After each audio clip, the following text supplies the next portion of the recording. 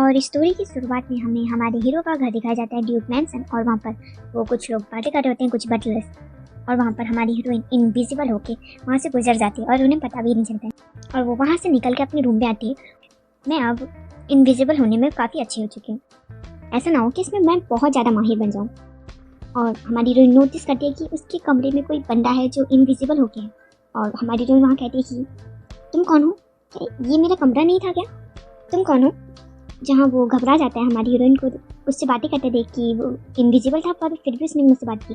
वो कहता है कि ओ, मैं कैल्डर नाइट में से एक नया नाइट हूँ, मुझे माफ़ करना, इस जगह से ज़्यादा वो नहीं हूँ, मुझे अभी भी इन जगहों के बारे में कुछ पता नहीं है, मैं खो गया, मुझे माफ़ करना।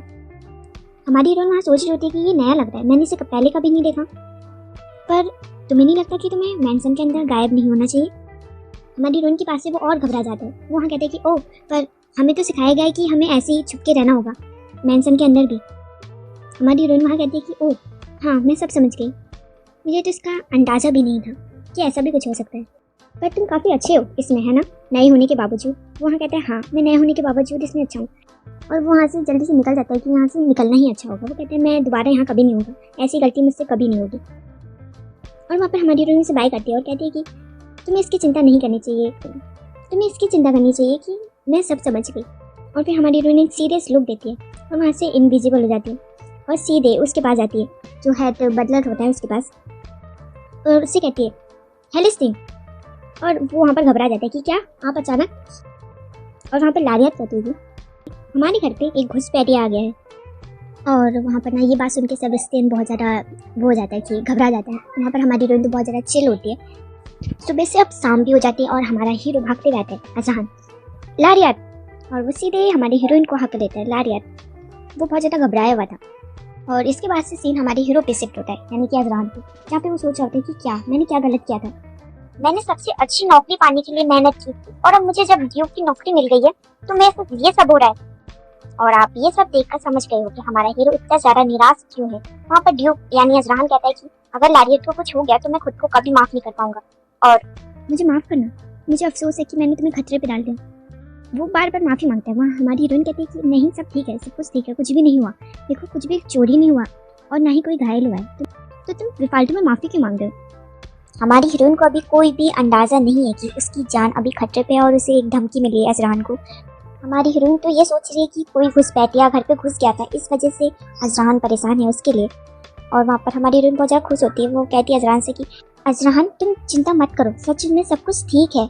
वहाँ पर हमारी हीरोइन से गले लगाती है और कहती है कि मन में कि हाँ, मैं सच में इसको सुन के बहुत ज़्यादा खुश हुई कि कोई मेरी इतनी ज़्यादा चिंता भी करता है।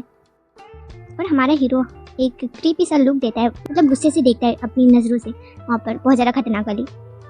मतलब पीछे देखता है ना तो वो जो उसका गार्ड होता है हमारी हीरोइन का वो होता है, और वो जो एक लड़की होती है जो नए ट्रेनी को वो कर रही थी, सिखा रही थी, वो लड़की होती है। और वो लोग बहुत ज़्यादा घबरा जाते हैं हमारी हीरो को ऐसे देखकर। हमारी हीरोइन हीरो को किस करती है और कहती है कि मैं पूरी तरीके से ठीक हूँ, इसलिए अब इतनी चिंता मत करो और ना ही खुद को कोसो, तुमने कुछ नहीं किया। वहाँ पर अजहान अब मूड में आ जाता है। अजहान का मूड चेंज हो जाता है। वो लारी से कहता है लारियत, पर ना हमारी हीरोइन वहाँ से चली जाती है। वो कहती है कि मुझे जल्दी सोने जाना है क्योंकि कल के मेरे पास कुछ प्लान्स हैं। और लारियत के जाने के बाद अजहान उन दोनों के पास जाता है और कहता है मेलिसा, मैंने तुम्हें काम सौंपा था ना कि तुम जो नए ट्रेनी आए हैं उनको सिखाओगी, है ना, तो क्या हुआ उनका। वो वहाँ पर माफ़ी मांगती है कि प्लीज़ मुझे माफ़ कर दीजिए, आप जो सज़ा मुझे देना चाहेंगे वो मैं उसे झेल लूँगी। और वो वहाँ कहता है कि क्या पनिशमेंट, अगर लारियत को थोड़ी सी भी चोट आ जाती ना तो तुम सोच भी नहीं सकते हो कि इसकी तुम्हें क्या पनिशमेंट मिलने वाली है। जहाँ पे वो और भी ज़्यादा माफ़ी मांगते हैं उससे। और वहाँ पर हीरो दूसरे बंदे से पूछता है, जैक से, कि उस बंदे का क्या हुआ जो यहाँ पर आया था। वहाँ जैक कहता है कि अब मेरी बारी है। वो वहाँ कहता है कि ओ, जब लेडी ने उसे पकड़ा था तो वो वहाँ से भाग गया और फिर सारे गार्ड्स ने उसे ढूंढने की कोशिश की, पर तब तक बहुत ज़्यादा देर हो चुकी थी, हम उसे नहीं ढूंढ पाए, पर हम अगली बार ऐसा कुछ नहीं होने देंगे। हमारा हीरो वहाँ समझ जाता है कि ये जो नए ट्रेनी आए हैं उनकी वजह से। और हमारा हीरो उन दोनों से कहता है कि उसका पता लगाओ कि वो बंदा कौन था, ज़रूर किसी ने यहाँ पर घुसपैठ करने की कोशिश की है। जो नई ट्रेनिंग के लिए बंदे आए हैं उनमें से किसी ना किसी का रिज्यूम फेक होगा, और इस काम के लिए मैं तुम्हें सिर्फ 1 हफ्ते का वक्त दे रहा हूँ, इसी के अंदर तुम मुझे रिपोर्ट करोगे। जहाँ पे वो उसकी बात मान लेते हैं, ऑफकोर्स उनके पास कोई चारा नहीं था। तो लाइक और कमेंट क्या करो भाई, 50-100 लाइक और कमेंट तो होनी चाहिए। अगर ऐसा नहीं हुआ ना तो अगली वीडियो बहुत ज़्यादा लेट आएगी, फिर मुझसे मत कहना।